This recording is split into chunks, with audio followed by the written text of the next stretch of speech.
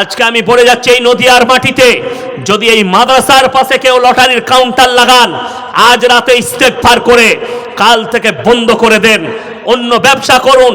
আর যদি মনে হয় ইয়াসিন বললে বা ইয়াসিনের বাপ এসে বললেও কি হবে, আমরা আমাদের ব্যবসা করে যাব, তুমি জেনে রেখে দিবে আমার আল্লাহ কোরআনে বললেন, হে আমার নবী, তুমি যত দাওয়াত দিবে দাও, তারা এত পাপ করেছে জিদ করে করে, খাতামাল্লাহু আলা কুলুবিহিম, কুলুব মানে হচ্ছে হৃদয়, তাদের হৃদয়তে তালা মেরে দিয়েছি। যে সমস্ত মানুষরা মাদ্রাসার পাশে লটারি ব্যবসা করে, মসজিদের পাশে লটারি ব্যবসা করে, তাদের মা বোন, তাদের স্ত্রী, তোমরা যদি শুনে থাকো, তোমার স্বামীর পা দুটো ধরে জড়িয়ে ধরে বলো, এত বড় পাপ করো না। যেখানে কোরআনে তালিম হচ্ছে, যেখানে দ্বীনে তালিম হচ্ছে, যেখানে আল্লাহ রসুল সাল্লাল্লাহু আলাইহি সাল্লামের আদর্শ দেওয়া হচ্ছে, সেখানে তুমি এই হারাম কাজ করলে তো আমরা ধ্বংস হয়ে যাব, আমার পরিবার, আমার নাসাল ধ্বংস হয়ে যাবে। তুমি এখন বুঝতে পারবে না। এক নম্বর হলো খাতামাল্লাহু আলা কুলুবিহিম, কুলুব মানে হচ্ছে হৃদয়, এই হৃদয়েতে তালা মেরে দিয়েছি, যত দাওয়াত দিবে দাও আর পৌঁছাবে না। ওয়ালা সামিহিম, তাদের কানেতে মোহর মেরে দিয়েছি, আর তাদের কানে তুমি দাওয়াত দিলেও প্রবেশ করবে না। ওয়ালা আবসারিহিম কিশাওয়া, আর তাদের চোখেতে পর্দা ফেলেছি, লজ্জা শরমের মাথা খেয়েছে, তারা দ্বীনের প্রতি ফিরে আসবে না। অপর জায়গায় আল্লাহ তাআলা আরো ডেঞ্জার আয়াত অবতীর্ণ করলেন, 8 পারা প্রথম পৃষ্ঠা প্রথম আয়াত, ওয়ালাউ আন্নানা নাযালনা ইলাইহিমুল মালাইকা ওয়া কাল্লামাহুমুল মাউতা ওয়া হাশারনা আলাইহিম কুল্লা শাইইন কুবুলা মা কানু লিয়ুমিনু ইল্লা আইয়াশা আল্লাহ ওয়ালাকিন্না আকতারাহুম ইয়াজহালুন। হে আমার নবী, পৃথিবীর মানুষকে বলে দাও, আমি যদি তাদের কাছে ফেরেশতা পাঠাই, ওয়ালাউ আন্নানা নাযালনা ইলাইহিমুল মালাইকা, মালাইকা মানে হচ্ছে ফেরেশতা, আমি যদি তাদের কাছে ফেরেশতা পাঠাই, ওয়া কাল্লামাহুমুল মাউতা, আর যারা মারা গেছে তারা যদি কবর থেকে উঠে আসে, ওয়া কাল্লামাহুমুল মাউতা ওয়া হাশারনা আলাইহিম কুল্লা শাইইন কুবুলা মা কানু লিয়ুমিনু ইল্লা আইয়াশা আল্লাহ, তারা যদি কবর থেকে উঠে আসে, তাদের আত্মীয় স্বজন যারা চলে গেছে, তারা যদি বলে শুনে নাও আল্লাহ কবরে কঠিন আযাব রেখেছেন, ফেরেশতারা যদি বলে আল্লাহ জাহান্নামে কঠিন আযাব রেখেছেন, আমার আল্লাহ বললেন, হে আমার নবী, তারপরেও যারা মানার নয়, যাদের দিলেতে তালা পড়েছে, তারা তারপরেও মেনে নিবে না। ওই জন্য অনুরোধ করে বলছি, আপনি জিন্দেগিভর সুদ খেয়ে নিয়েছেন, আজকে ইস্তেগফার করলেন যে আমি আজকের পর থেকে আর জীবনে কোনোদিন সুদ খাবো না, আজকের পর থেকে আমি আর লটারি ব্যবসা করব না, আজকের পর থেকে আমি আর মদ পান করব না, আজকের পর থেকে মদের ব্যবসা করব না।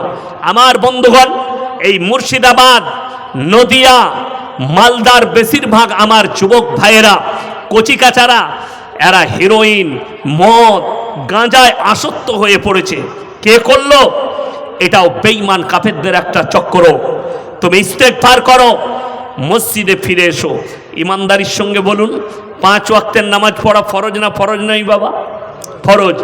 আমার যুবক থেকে যতগুলো ভাই এখানে বসে আছেন, এক বাক্যে হাত তুলে জোরে বলুন, ইনশাআল্লাহ আজ থেকে নামাজ কাজা করবো না। জোরে বলুন, ইনশাআল্লাহ নামাজ কাজা করবেন না। কষ্ট লাগে, আমাদের সমাজে 100টার মধ্যে 80টা লোক বেনামাজি। ঠিক বললাম না ভুল বললাম বাবা?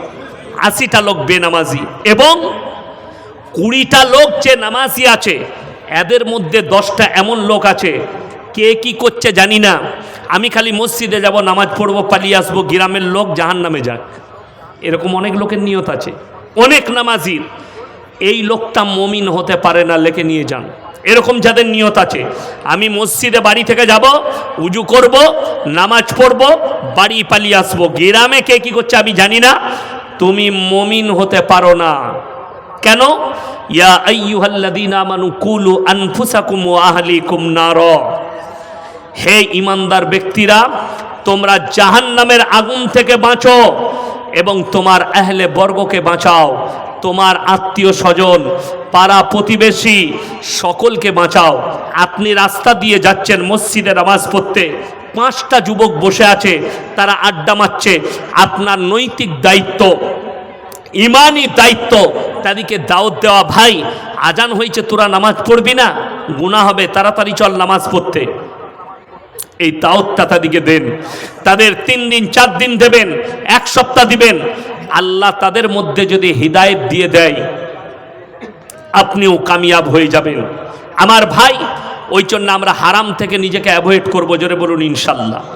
এরপরে বলবো, আল্লাহর কাছে যতগুলো পাপ আছে, নিকৃষ্ট পাপ হচ্ছে 3টে পাপ। কটা বললাম বাবা? 3টে। নাম্বার 1, সব থেকে বড় নিকৃষ্ট পাপ হচ্ছে শিরকের পাপ। কি আছে? সব থেকে নিকৃষ্ট পাপ শিরকের পাপ। আল্লাহর যে ক্ষমতা, সেই ক্ষমতা পৃথিবীতে আর কারুর আছে, এইটা বিশ্বাস করা। সবাই আল্লাহকে বিশ্বাস করবো, জোরে বলুন ইনশাআল্লাহ। দেখুন, ইমানদারির সঙ্গে বলবেন, আমি ইয়াসিন এখন বেঁচে আছি না নেই বাবা? বেঁচে আছে। আমি যখন কথা বলছি আমার মধ্যে প্রাণ আছে। আচ্ছা, এখন যদি ইনি বলেন, কিংবা আমার ভাইজান বলেন, ইয়াসিন ভাই 100 টাকা দাও, তো আমি পকেট থেকে বার করে দিতে পারবো না? পারবো না? পারবো। আচ্ছা, আমি যদি মারা যাই চাইলে দিতে পারবো? পারবো না। এইটা মুসলমানরা বিশ্বাস করে। ইয়াসিন ভাই বেঁচে থাকলে 100 টাকা দিতে পারতো, মারা গেছে যখন এরা দিবার ক্ষমতা নাই, তাহলে আমার কবরে কি করে ছেলে চাইতে আসছিস? আমার কবরে কি করে ভালো মন্দ চাইবি? বড় কষ্ট লাগে, দুঃখ লাগে।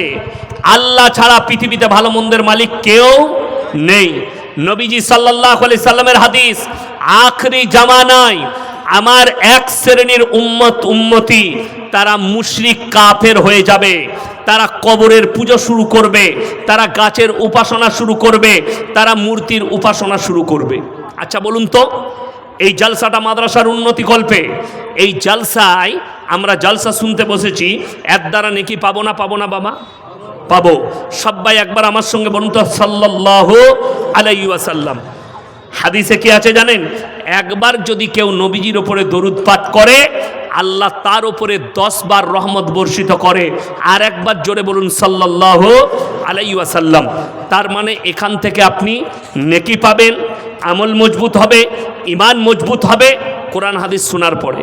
আচ্ছা, এই জলসার নাম করে, কেন্দ্র করে যদি গুনার কাজ করা হয়, আমি রাস্তায় আস্তে আস্তে দেখলাম, আমি একটা জেলার নাম করছি, পুরুলিয়া ডিস্ট্রিক্টের নাম শুনেছেন তো? খুবই গরিব জেলা, সেখানে বেশিরভাগ মানুষ খেটে খাওয়া। তো ওই পুরুলিয়া শেষ, বিহার শুরু, ধানবাদ জেলা। থানাটার নাম হচ্ছে চন্দনকিয়ারি, গ্রামটার নাম হচ্ছে নডিহা। আমি জলসা করতে গিয়েছিলাম আজ থেকে 4-5 বছর আগে। বিকেল 4টায় ঢুকেছি, রাত 2টো পর্যন্ত ছিলাম। আমাকে রাত 1টায় চাপিয়েছে, 3টেয় শেষ করেছিলাম। তো ওই রাত 3টে পর্যন্ত, বিশ্বাস করুন, আল্লাহ সাক্ষী আছে, একটা 10 বছরের মেয়েকেও আমি রাস্তাঘাটে দেখতে পাইনি। 10 বছরের মহিলাকেও, বাচ্চাকে রাস্তায় দেখতে পাইনি। আর আমি ওখান থেকে, মালসা থেকে হেঁটে এখানে এলাম, কত মেয়েকে বলতে হলো সরে যা, হুজুর যাচ্ছে। কতগুলো মেয়েকে বলতে হলো, কেন? ছেলে মেয়ে একসাথে হাঁটছে। এই জলসাকে কেন্দ্র করে মেলা বসানো হারাম। কেন? একটা পর নারী আর পর পুরুষ যদি এক কাছে হয়, সেখানে 3য় নম্বর হাজিরি দেয়, তার নাম হচ্ছে শয়তান।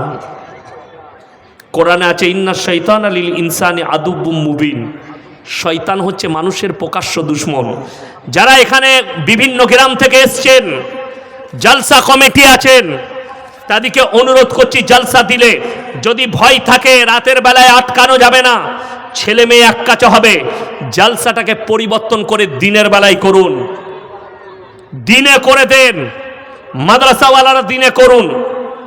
দুঃখ লাগে, বেদনা লাগে, জলসা করতে গেলে মেলা বসাতে হবে, এই উদ্দেশ্য যদি থাকে, কোন পশ্চিম বাংলার মাদ্রাসাওয়ালা যদি মনে করে জলসা দিতে গেলে মেলা বসাতে হবে, সেই মাদ্রাসা রাকাত থেকে সেই মাদ্রাসায় তালা মেরে দেওয়া ভালো, সেই মাদ্রাসা বন্ধ করে দেওয়া ভালো। কোন মসজিদ কমিটি যদি মনে করে জলসা দিতে গেলে মেলা বসাতে হবে, মসজিদের উন্নতি কল্পে জলসা দেবো, মেলা বসাতে হবে, ওই মসজিদ রাখার থেকে ওই মসজিদের তালা মেরে দেওয়া অনেক উত্তম। জলসা করে লাভ হবে না, মসজিদে তালা মেরে দাও যদি তোমার চাঁদা করার, তা না হলে দিনের বেলায় জলসা করুন। বিশ্বাস করুন, 2, 3, 4 ইজতেমা আছে, শুনেছেন? কোথায়? হুগলি, পৈনান, আমার বাড়ির কাছাকাছি। সেখানে কয়েক লাখ লোক এক কাছে হবে, সেখানে দোকানপাটও থাকবে, কিন্তু সেখানে মহিলাদের এন্ট্রি আছে? নেই। আপনি জলসা করুন, ফুল মানা করে দেন, কোনো মহিলার এন্ট্রি নেই, মহিলারা বাড়িতে বসে শুনবে। আপনি হাওড়া, হুগলি, 24 পরগনায় অনেক জায়গায় আছে, মহিলারা বাড়িতে বসে জলসা শুনে, প্যান্ডেল করার দরকার নাই। আপনি আমার বর্ধমানে চলুন, মেলা বসে না, হাজার হাজার লোক জলসা শুনে, কোনো মেলা নেই। বড় কষ্ট লাগে। কিছুদিন আগে, 1 সপ্তাহ আগে মোল্লা মাহমুদ আলী সাহেবের উদয় কৃষ্ণপুর মাদ্রাসায় জলসা হল, 17,000 লোক খানা খেয়েছে। মহিলাদিকে 1 কিলো করে বিরিয়ানির প্যাকেট দিয়েছে, বিরিয়ানির চালটা 150 টাকা কিলো চাল, কিন্তু রাস্তায় একটাও দোকান, চায়ের দোকান পর্যন্ত বসতে দেয়নি। আমি আপনাকে বলে দিচ্ছি, যদি মনে হয় লোকেরা চা খাবে, হুজুর আমাকে দাওয়াত দিলে 2000 টাকা কম দিবেন, আমার কেটে নেবেন, চায়ের আর বিস্কুটের ব্যবস্থা করবেন ক্যান্টিন লাগিয়ে, যে এটা ইয়াসিন হুজুর দিয়েছে চা খেতে, আমি বলে যাচ্ছি আমি চাঁদা দেবো, যদি 2 না হয় 4000 টাকা কেটে নেবেন, কিন্তু মেলা বসতে দিবেন না। আজকে আপনি জানেন, আমরা মনে করছি জিনা মানে হচ্ছে খালি শারীরিক সম্বন্ধ। কে বলল আপনাকে? শারীরিক মিলনটার নাম জিনা। হাতের জিনা, চোখের জিনা, নফসের জিনা, কানের জিনা, মুখের জিনা, পায়ের জিনা। 10-12টা ছেলে মেয়ে একসাথে হেঁটে যাচ্ছে, ভিড় আছে, অনেক ভিড় লেগেছে। এখন কোনো ছেলে যদি ভিড়ের মধ্যেখানে মেরে দেয়, কিছু করার আছে? এই মুর্শিদাবাদ জেলা, নদিয়ার পাশে, আমি জায়গার নাম বলবো না, আজ থেকে 4 বছর আগে আমি জলসায় এসেছিলাম। আমাকে বললে আপনার 11টায় টাইম। আমি বললাম বাবা মাদ্রাসার কাজ আছে, আমি 10টার পরে ঢুকবো। বলে হুজুর ঠিক আছে। আমি যখন ঢুকছি 10:20 থেকে 10:30 হবে অনুমান। মজমায় 5টা-7টা লোক বসে আছে, মাদ্রাসার একজন শিক্ষক আস্তে আস্তে কথা বলছেন, একটাও লোক নেই জলসায়। কি আছে? 50 থেকে 60টা পুলিশ, থানার আইসি পর্যন্ত দাঁড়িয়ে আছেন। আমি নামলাম গাড়ি থেকে, বড়বাবু এলেন, স্যার বিপদ হয়ে গেছে, আপনি সম্মানী মানুষ, এসছেন অত দূর থেকে, আপনি 15-20 মিনিট কথা বলে দোয়া করে দেন, আপনার ফোন রিসিভ হয়নি, নাহলে মানা করে দিত। আমি বললাম ভাই গাড়িতে ঘুমাচ্ছিলাম, আমি সাইলেন্ট করে দিই। অফিসে গেলাম চা খেতে, মাদ্রাসার সেক্রেটারি আর হেড মোল্লা কাঁদতে লাগলো যে আমরা মানা করেছিলাম মেলা বসিও না। গ্রামের কিছু মানুষ তারা জিদ করে মেলা বসিয়েছে। একটা মেয়ের চুল টানাকে কেন্দ্র করে একটা যুবককে তার পরিবারের লোক এসে হেঁসুয়া করে চুটিয়েছে, মার্ডার, হাফ মার্ডার, হসপিটালে ভর্তি। প্রশাসন বলেছে ছেলেটা বাঁচলে ভালো, যদি মারা যায় আপনার মাদ্রাসায় তালা মারবো সকালে। ক্ষতি টাকার। এর জন্য দায়ী কে? এই মুসলিম সমাজ। হাতের জিনা, চোখের দ্বারা ইশারা করেছে, চোখের জিনা মেলার মধ্যেখানে যাচ্ছে। সব থেকে দুঃখ হচ্ছে আমাদের কিছু বাবা আর মা তারা ভেবে নিয়েছে আমার মেয়ের বয়স তো 13 বছর, বালিগ নয়, আমার মেয়ের বয়স তো 15 বছর, বালিগ নয়, ছোট আছে। যেহেতু সরকার বলেছে 18 বছর বয়সে বিয়ে দিবে, সরকার বলেছে 18 বছরে বালিগ হয়, কথা বলে না। যদি কেউ দেখাতে পারে যে এটা আমাদের ভারত সরকারের রুলস, ভারত সরকারের রুলস হচ্ছে, আইন হচ্ছে 18 বছর বয়স না হলে বিবাহ দিবেন না। একটা মেয়ে কিংবা ছেলে 10 বছর পেরুলে বালিগান করিবা, যখন সে 12 বছর হয় বাচ্চা ধারণ করার ক্ষমতা নিয়ে আসে, আর 12 বছর বয়স হয়ে গেলে তার গুনাহ লিখতে শুরু হয়ে যায়, পাপ আর পুণ্য। আমার বন্ধুগণ, আপনার 13 বছরের মেয়েকে, 15 বছরের মেয়েকে তার মা তার বাবা তাকে সুন্দর ড্রেস করিয়ে, ঠোঁট পালিশ লাগিয়ে, চুলগুলোকে খুলে বেপর্দা করে আপনি বললেন মেলা বসেছে, জলসায় যা ঘুরে আয়, টাকা নিয়ে যা। আপনার মেয়ে মেলা ঘুরতে গেল, ভ্যানিটি ব্যাগ নিয়ে বেরিয়ে গেল।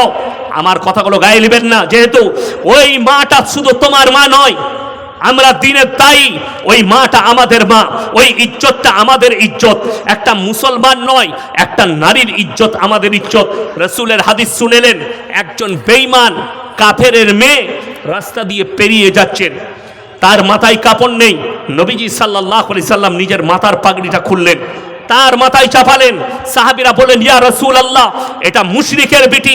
আল্লাহ নবী ধমক দিলেন, হে আমার সাহাবীরা শোনো, আমি মেয়েদের মাথা ঢাকতে এসেছি, খুলতে আসিনি। জোরে বলুন সুবহানাল্লাহ। নবীজির এটা আদর্শ। আর আপনি বলছেন আমার মাকে আমি বেপর্দা করে বাইরে বার করে দেব। আমার বন্ধুগণ, আমার ভাই, হাতের জিনা, চোখের জিনা, যারা মনে মনে ভাবছেন আমি চোখের দ্বারা ইশারা করেছি, কেউ দেখতে পাইনি, আমি হাত লাগিয়েছি, সেখানে তো ভিড় ছিল, কেউ দেখতে পাইনি। হে আমার যুবক, তুমি মেলাতে পাপ করেছো হাত লাগিয়ে, জিনার পাপ করেছো, চোখের ইশারা করেছো, তুমি মনে করছো কেউ দেখতে পাইনি। কোরআন সূরা আল ইমরান প্রথম পৃষ্ঠা, ইন্নাল্লাহা লা ইয়াখফা আলাইহি শাইউন ফিল আরদি ওয়ালা ফিস সামা। আসমান আর জমিনের মধ্যে এমন কোনো জিনিস নেই যেটা আমার আল্লাহর কাছে গোপন আছে। জোরে বলুন সুবহানাল্লাহ। আর কিয়ামতের দিনে মারাত্মক আল্লাহ আয়াত বর্ণনা করলেন সূরা ইয়াসিন। হে আমার নবী, বলে দাও, আল ইয়াউমা নাখতিমু আলা আফওয়াহিহিম ওয়া তুকাল্লিমুনা আইদিহিম ওয়া তাশহাদু আরজুলুহুম বিমা কানু ইয়াকসিবুন। আমি সেদিনে তাদের জবানগুলো সিলাই করে দেব, তাদের হাত কথা বলবে, তাদের চোখ কথা বলবে, তাদের অঙ্গ পতঙ্গকে আমি আল্লাহ কথা বলার যোগ্যতা দেব। তুমি রেহাই পাবে না, তোমার গুনাহ প্রকাশ হবে। অপর জায়গায় আছে, ইকরা কিতাবাক কাফা বিনাফসিকাল ইয়াউমা আলাইকা হাসিবা মান ইহতাদা ফাইন্নামা ইয়াহতাদি লিনাফসি ওয়া মান দাল্লা ফাইন্নামা ইয়াদিল্লু আলাইহা ওয়া লা তাজিরু ওয়াজিরাতুন বিজরা উখরা ওয়া মা কুন্না মুআযযিবিনা হাত্তা নাবআসা রাসূলা। হে আমার নবী, পৃথিবীর মানুষকে বলে দাও, আমি কিয়ামতের দিনে তাদের হাতে তাদের আমলনামা ধরিয়ে দেব। তারা নিজের মুখে তাদের আমলনামা পড়ে শোনাবে, কোন জায়গায়, কোন স্থানে, কোন জলসায়, কোন মেলাতে, কোন তারিখে তুমি সেই মেয়েটার গায়ে টাচ করেছিলে। আর সেই মেয়েটাকেও আল্লাহর কাছে হিসেব দিতে হবে। আমার বন্ধুগণ, আমার ভাই, আল্লাহর কাছে দ্বিতীয় নম্বর নিকৃষ্ট পাপ হচ্ছে ওয়ালা তাকরাবুজ জিনা ইন্নাহু কানা ফাহিশা ওয়া সা সাবিলা। ব্যভিচার করা তো অনেক দূরের কথা, যে রাস্তায় ব্যভিচার হয় সেই রাস্তার ধারে পাশে তোমরা যাতায়াত করবে না। আমার মা বোন, আমার ভাই, শুনেলেন, আমরা যে দেশটায় বাস করছি এটার নাম হচ্ছে হিন্দুস্তান। এটা ভারতবর্ষ, এটা আহলে হারাম। এই ভারতবর্ষে আইন আছে, পুলিশ প্রশাসন আছে, কোর্টের ব্যবস্থা আছে, এখানে সংবিধান আছে। কিন্তু যদি কোনো দেশ ইসলামী রাষ্ট্র হয়, সেখানে যদি ইসলামী শরিয়া থাকে, আর কোনো বিবাহিত মহিলা আর বিবাহিত পুরুষ এরা যদি পরকিয়া করে, ইসলামী শরিয়ায় আছে, তাদেরকে জনসমক্ষে নিয়ে এসে তাদেরকে পাথর মেরে হত্যা করতে হবে। কেউ যদি ধর্ষণ করে, তাকে জনসমক্ষে নিয়ে এসে পাথর মেরে হত্যা করতে হবে। ইমাম বুখারী রহমতুল্লাহ আলাই বুখারী শরীফে এর মারাত্মক ব্যাখ্যা এনেছেন। আপনার চোখ দিয়ে পানি আসবে, আপনার দুঃখ হবে। আল্লাহ নবী সাল্লাল্লাহু আলাইহি সাল্লামের এই আয়াতের উপরে ইমাম বুখারী রহমতুল্লাহ আলাই ব্যাখ্যা করলেন, হাদিসের উপরে ব্যাখ্যা করলেন যে হে পৃথিবীর মানুষ শোনো, ওই মহিলাটাকেও পাথর মেরে হত্যা করতে হবে যে মেয়েটা বাজারে, রাস্তাঘাটে পরপুরুষের সামনে নিজের যৌবনকে দেখিয়ে উত্তেজিত করে, বেপরতাভাবে ঘুরে, ওই মহিলাটাকেও ইসলামে হুকুম পাথর মেরে হত্যা করে দাও। আপনি নামাজি, আপনি তাহাজ্জুদ গুজার, আপনি ভালো মানুষ, মুখে দাঁড়িয়ে আছে, কিন্তু আপনার বিটিকে, আপনার বিবিকে, আপনার বৌমাকে, আপনি বোনকে বেপর্দা করে বাজারে ঠেলে দিয়েছেন। আপনি হচ্ছেন দাইয়ুস। দাইয়ুস কোনোদিন জান্নাতে যাবে না। সে নামাজ পড়বে, কিন্তু যদি বেপর্দা করে নিজের বিটিকে, বোনকে, পরিবারকে বাইরে ঠেলে দেয়, তাইলে জেনে রেখে দিবেন সে আর জান্নাতে প্রবেশ করবে না। পর্দার একটা বড় চ্যাপ্টার এসছে, ওয়াদরিব খুমুরিহিন্না আলা জুনুবিহিন।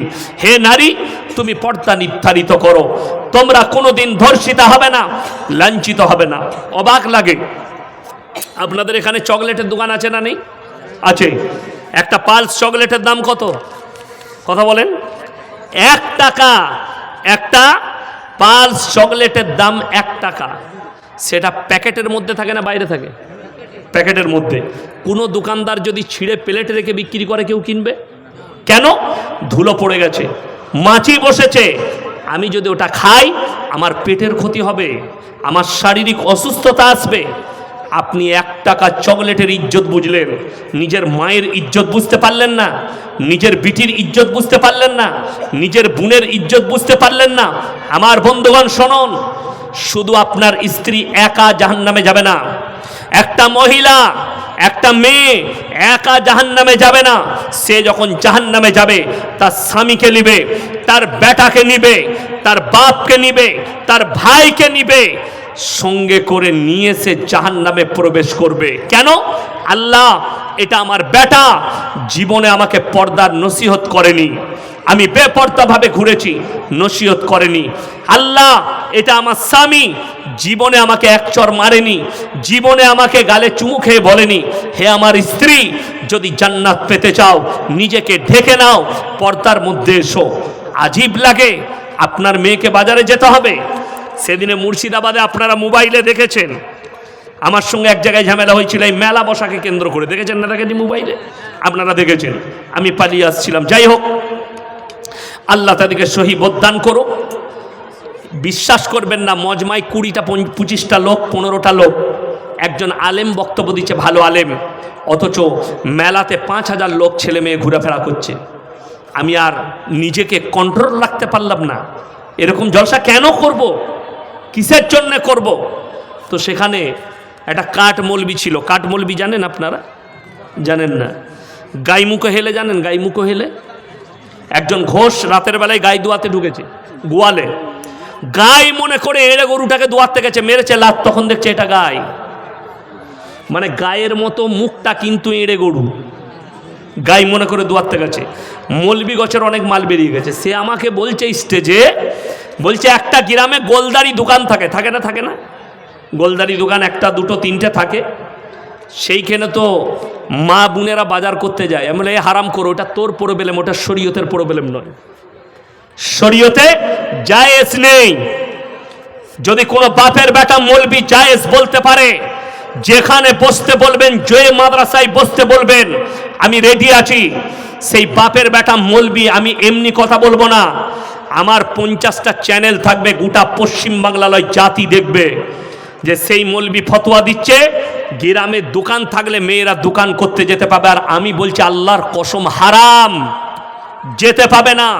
যদি যায় ওটা আপনার ব্যর্থতা, আপনার বউ যদি বাজারে যায় আপনার ব্যর্থতা। আরো সূক্ষ্মভাবে বুঝাচ্ছি, ইনি আর আমি অন্তরের বন্ধু। অন্তরের বন্ধু হলে মজাক হয় না? হয় না? হয়। আমি যদি ওকে মজাক করে বলি, ভাই তোমার বইয়ের ব্লাউজের সাইজ কত, সম্পর্ক থাকবে না, ছিন্ন হবে বাবা, ছিন্ন হয়ে যাবে। উনি রেগে যাবেন, আমি রেগে যাব। এত বড় আস্পর্ধা, আমার বইয়ের জন্য বললি, আমি মেনে নেব। তোমাকে শুধু তোমার বিবির জন্য বলেছে, তোর বইয়ের ব্লাউজের সাইজ কত, আপনি রেগে গেলেন, সম্পর্ক ছিন্ন করলেন। আপনি একবারও ভেবেছেন? অথচ সেই ব্যক্তি নিজের বউকে বাজারে ঠেলেছে, বেথুয়ায় গিয়ে, ধোবলিয়ায় গিয়ে, একটা পর মরদ বসে আছে কাপড়ের দোকানে, গিয়ে বলছে, দাদা আমার একটা 36 সাইজের ব্লাউজ দাও। তখন তোকে লজ্জা লাগে না?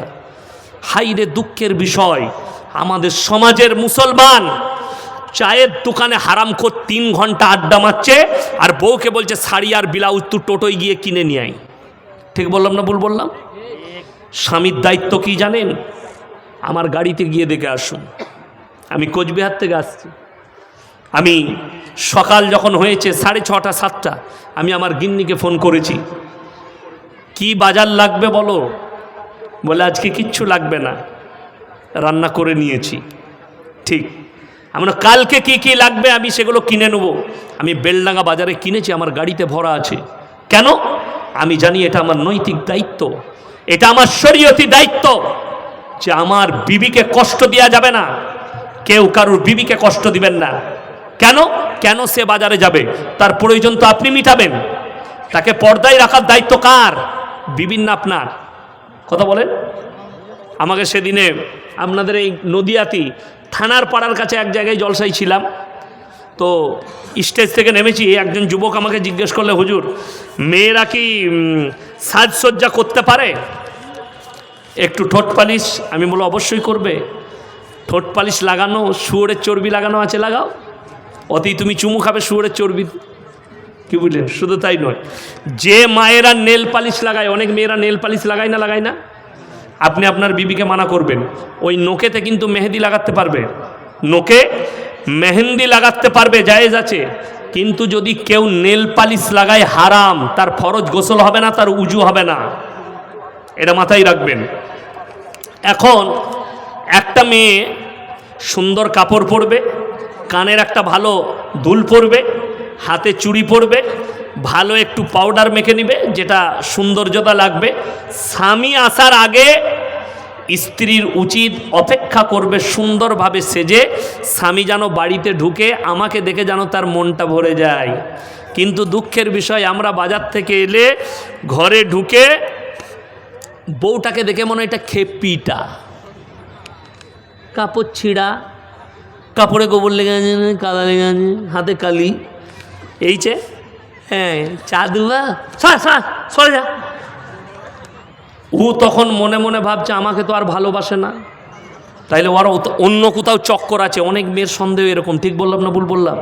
সে সন্দেহ করে আমার স্বামী তাইলে অন্য কোথাও কিছু করছে। তখন ও হুজুর খুঁজে বেড়ায়, কোন হুজুরের তাবিজে ভালোবাসা হবে। খেপি, আমাদের তাবিজে ভালোবাসা হলে খেপি, পৃথিবীর নায়িকাগুলো সব আমাদেরই হতো। কথা বুঝতে পারেননি? অত সুজা। আমি একটা জলসায় বলেছি, আমাদের অনেক যুবকরা যায় আমাদের কাছে, হুজুর আমি একটা মেয়েকে ভালোবাসি। একটা বর্ধমানে অমুসলিমদের ছেলে, বড় ব্যবসায়ী ছেলে, একদিন আমার নম্বর কোথা থেকে পেয়েছে জানি না, গুগলে ফুগলে পেয়ে গেছে। বলে স্যার আপনার সঙ্গে দেখা করব। আমি অমুক মল যে আছে সেই মালিকের ছেলে বলছি, বাপের একটাই বেটা। আমি বললাম অমুক দিনে আমার নার্সিংহোমে এসো, আসাতে এলো, পার্সোনাল কথা বলবো। কি ব্যাপার? বলছে আমি না একটা মেয়েকে ভালোবাসতাম, মেয়েটা এখন চাইছে না, একটা মৌলবীর কাছে গেলাম, সে 1 লাখ টাকা নিয়ে নিয়েছে, মেয়েটা আনতে পারে নাই। আমরা তুমি আমাকে 5 লাখ দিয়ে দাও। বলে তাহলে চলে আসবে? আমি বলে হ্যাঁ একদম, কিন্তু তোর কাছে যাবে না, মালটা আমার কাছেই আসবে। বলছে কেন হুজুর? আমি বুকা না খেপা? আমি বলে মূর্খ, স্কুলে কত দূর পড়েছ? স্যার আমি MA পাস। আমি বলে তুমি ফালতু পড়াশোনা করেছো, তোমার কাছে সে 1 লাখ টাকা লুটেছে, মেয়েটা যদি তার তাবিজে তোমার কাছে আসবে তো তোমার কাছে যাবে কেন? সে তো আগে টেনে নিবে। আমরা খেপা? এই সমাজকে এমনভাবে ধোঁকা দেওয়া হচ্ছে। তাকে বললাম তুমি তোমার ধর্ম পালন করো, ওপরওয়ালার কাছে গিয়ে বলো ওপরওয়ালা আমার তকদিরে থাকলে দাও, তোমার তকদিরে থাকলে পাবে, ভাগ্যে থাকলে পাবে, তা না হলে তোমার কোনো চান্স নেই। আমার মায়েরা মনে মনে করে স্বামী, এই দেখবেন তাবিজের ফেরে কারা বেশি পড়ে? আমার মায়েরা। এই ধরেলেন ধুবুলিয়ার একজন ভাই সবজি ব্যবসা করে, তো আপনাদের ধুবুলিয়ার সবজি বাজার আছে না? নাই, আছে। ভোরের বেলায় বিভিন্ন বাঁধাকপি, ফুলকপি, বেগুন, পালং শাক সব নিয়ে গেছে বিক্রি করতে। গিয়ে দেখছে পালং শাকের কেজি 3 টাকা, বেগুন 5 টাকা, টমাটোর 6 টাকা, বাঁধাকপি 1 টাকা, দিয়ে বাজার একদম খারাপ। সকালবেলায় খালু ঘর চলেইছে, খালা ঘর ঢুকা মাত্র বলছে কই গো 200 টাকা দাও তো। চুপ কর, জ্বলিয়ে দিলি টাকা টাকা করে তোরা। তখন মনে মনে ভাবছে আমাকে দেখতে পাচ্ছে না কেন। তখন হুজুর খুঁজে বেড়াচ্ছে, আমার কাছেই ধরেলেন। এলো, আসার পরে বলছে হুজুর এটা তাবিজ দেন, আমাকে একদম ভালোবাসে না। আর হুজুর তাবিজ লেখে গুটিয়ে কি করব হুজুর? বলে এইটা গিয়ে বালিশের তলায় ভরে দিগা। ও ভরে দিয়েছে হুজুরের কথা শুনে। এখন 1 সপ্তাহ পরে আবার গেইছে হাটে, পালং শাক 150 টাকা কিলো, বেগুন 80 টাকা, টমাটোর 90 টাকা, ফুলকপি 50 টাকা, বাঁধাকপি 40 টাকা। পগট ফুলে গেছে। ঘরে এসেই বলছে খেপে এলে 500 টাকা রাখ। মনে মনে ভাবছে তাবিজ মারাত্মক কাজে লেগেছে। কি বুঝলেন? সকালবেলায় থালা ধুচ্ছে পাড়ায়, কলেতে পাড়ার মেয়েদিকে বলছে হলো তোর খালু না আমাকে খুব জ্বলাচ্ছিল, দিয়ে ইয়াসিন হুজুরের কাছে এমন তাবিজ দিয়েছে, বালিশে ভরেছি, তোর খালু একদম সুজা হয়ে গিয়েছে, কিন্তু ও জানে না আজকে বাজার ভালো বলে তোকে দিয়েছে, আবার যেদিনে খারাপ হবে আবার খাবি। কথা বুঝতে পারেননি? এইটা হচ্ছে ধোঁকা।